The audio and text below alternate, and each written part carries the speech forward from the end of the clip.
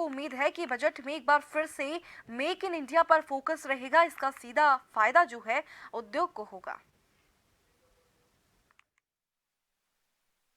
केंद्रीय बजट जल्द आने वाला है। बजट से उद्योगों को अपनी अपनी उम्मीदें और मांग है।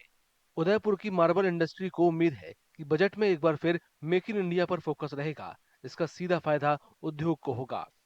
वे चाहते हैं कि लोकल संगमरमर पर जीएसटी कम की जाए और इंपोर्ट किए गए पत्थरों पर कस्टम ड्यूटी बढ़ाई जाए। वे लंबे समय से ये मांग कर रहे हैं। हमारे मार्बल के ऊपर जो इम्पोर्ट टैक्स लगा रखा है वो बहुत ज़्यादा है, तो इसकी वजह से क्या होता है कि हर एक आदमी ओवर बिलिंग अंडर बिलिंग वाला चक्कर रहता है, तो उसकी वजह से उसको ख़त्म करने के लिए मिनिमम टैक्स या 8 से 12% कर दिया जाए।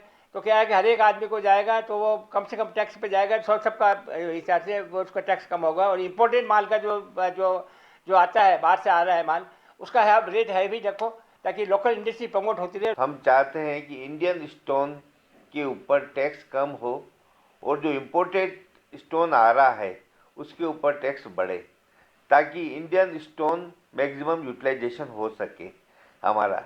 दूसरी, जहाँ पे भी गवर्नमेंट प्रोजेक्ट हो रहे हैं या कोई भी प्रोजेक्ट गवर्नमेंट ले रही है, परमिशन दे रही है, उसमें इंडियन स्टोन की valuable use is equal to imported stone की होनी चाहिए, ताकि कोई भी प्रोजेक्ट होगा तो उसमें मैक्सिमम इंडियन स्टोन लगे। 2016 में मार्बल उद्योग को ओपन जनरल लाइसेंस स्कीम में शामिल किया गया था। उद्योग जगत का मानना है कि सरकार को उस नीति पर फिर से विचार करने की जरूरत है। पिछले 5-7 साल पहले गवर्नमेंट ने मार्बल को एक ओपन जनरल लाइसेंस स्कीम के अंदर डाल दिया था।